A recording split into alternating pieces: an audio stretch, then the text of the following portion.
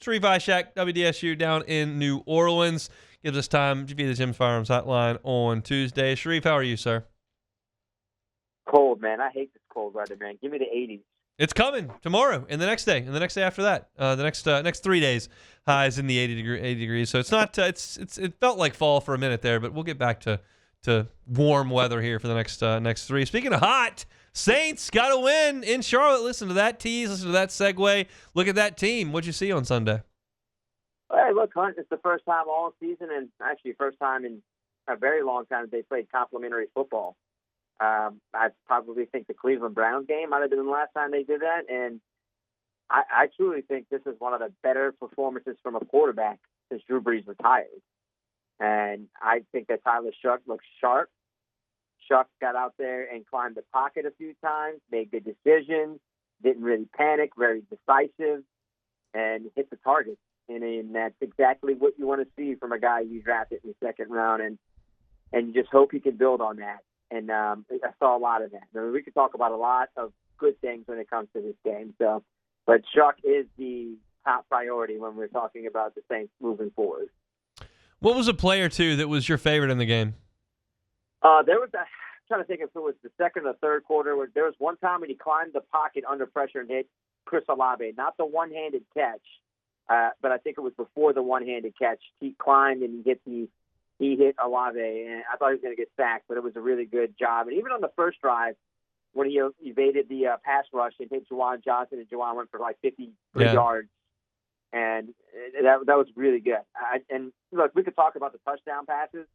I love the air yards, the one to Chris Olave, but I think the ones that are best is when he's just playing with two starting offensive linemen. When he's able to get out of the rush, he's able to climb pockets, evade pass rush, and throw the ball on the run.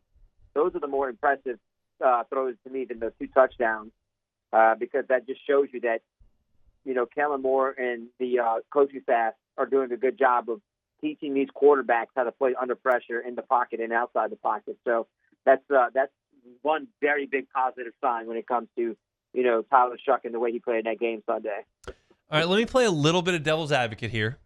You're aware that I'm doing so. How much of the complimentary how much of our complimenting Shough and suggesting how well he played has to do with the fact that the defense only allowed 7 points and they won? Like, what if they'd have lost 34-17 and he'd have played the exact same game? I still think I would say he played well. Okay. I mean, then I would have said just let him down.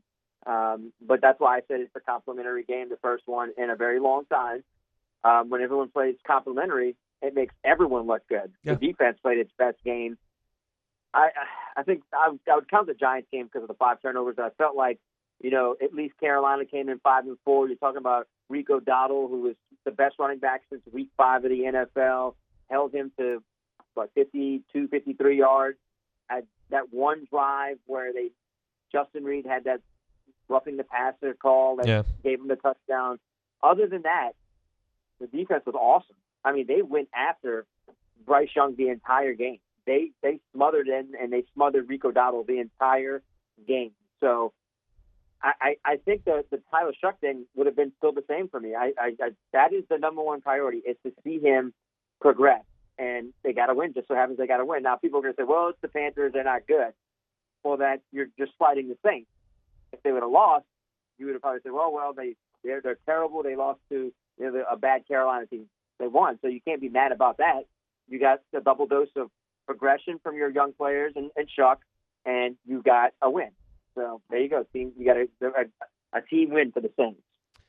I've seen a lot of tying wins to Shough's performance, and ultimately that will be what matters. I struggle with that this year, suggesting that the wins and losses are significant. Now, Ross Jackson, our guy at LouisianaSports.net, he sees it a different way. It's like you need to lead the team to wins. That's your job. And I fully understand that.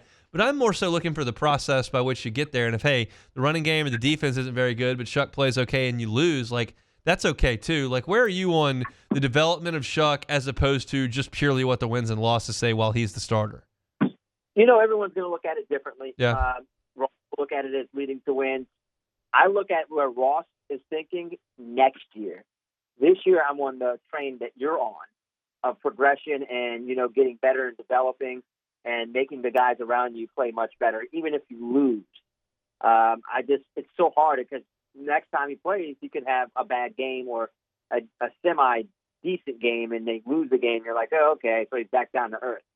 You just don't want to see a lot of that moving forward with the final 7 games. You want to see that steady progression. You want to see him continue making those steps and becoming a better quarterback and showing if he can be a franchise quarterback. He's going to have some bad throws. He's going to make some bad decisions. He's going to have turnovers. It's just natural in the game of football, especially for a rookie.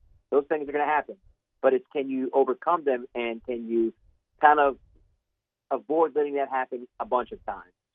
Where are you on Chris Olave right now? There's been a lot of mixed emotions about him the last month. I like what he did in that game. Look, it was the first game back in that stadium for him after getting that nasty concussion last year, which was almost a year ago that it happened, and he played his best game of the season. Probably his best game in quite some time, too. I mean, he was making catches over the middle, making one-handed catches on third down to bail the offense out to get him a first down, the 62-yard touchdown. That is the Chris Olave we need to see. That is the Chris Olave we need to see. That is, if you're going to pay Chris Olave, that's the Chris that he needs to show up every Sunday. Obviously, it's not realistic for him to have, 105 yards a game, but if he had 6 or 7 catches for 75, 80 yards a game and gets a touchdown, that's a good-looking receiver for me. That's a good-looking receiver for the Black and Gold. So I'm up and down with him. I understand the frustration with the fans, and they want him to be the number one, but if you get something like this every week, close to it, I feel fine with it. I mean, they do need a legit number one threat for that offense at some point in time. He needs to have more playmakers to throw to. That would be my answer. Let's go to roster management. Like, how much of your focus is on the NFL draft right now? Is there any? Is there a significant amount? Oh, absolutely. They went from 5 picks to 7 picks. Sharief Ishaq was the GM of the New Orleans Saints, and I ended up with the number 5 or 7, between 5 and 8. I'm going to try to move back this year, Hunt. I'm not really interested in drafting a quarterback this year. You sure? Even if like it goes to 4 and 13 or 3 and 14. I feel like the schedule's so easy, man. The rest of the way, they're probably going to win 4 or 5 games total for the year. I don't know if I want a quarterback this year. This quarterback class is awful. I mean, I being honest with you, I don't even know how good Fernando Mendoza is going to be. I don't know how good Dante Moore is going to be. And then there's a rest.